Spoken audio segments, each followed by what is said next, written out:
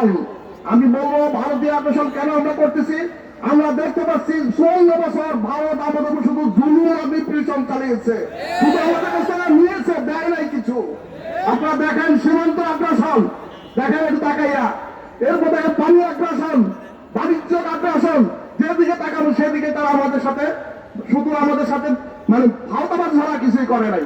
তাদের এখন যে শুরু হয়েছে এই যে রংপুর বিভাগ নিয়ে একটা পাল্টা শুরু হয়েছে, আপনারা জানেন ওখানে একটা মূর্তি স্থাপন নিয়ে ওরা এটা একটা পরীক্ষা একটা চাল চালাইছে।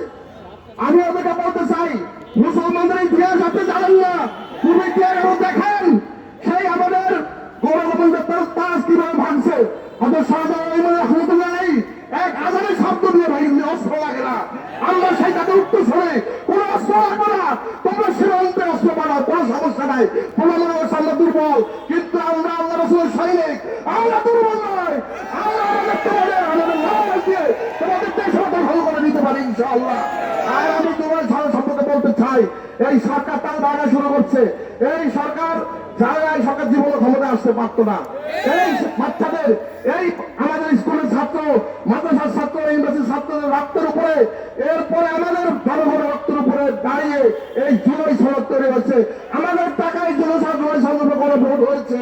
আজকে কেন দাঁড়িয়ে তারা বলা হয়েছে এই জুলাইয়ের যে আমাদের গণভোট হয়েছে, এই গণভোট নিয়ে এটা তো সরকারের জনগণের চাহিদা, সরকারের জনগণের প্রয়োজন আছে, কেন এটা নিয়ে তারা বেলা করবেন? অনতি বিলম্বে আপনারা এই জোড়ায় সড়ক বাস্তবায়ন করবেন। আমরা কিন্তু রাজপথ ছাড়ি নাই, ছাড়বো না।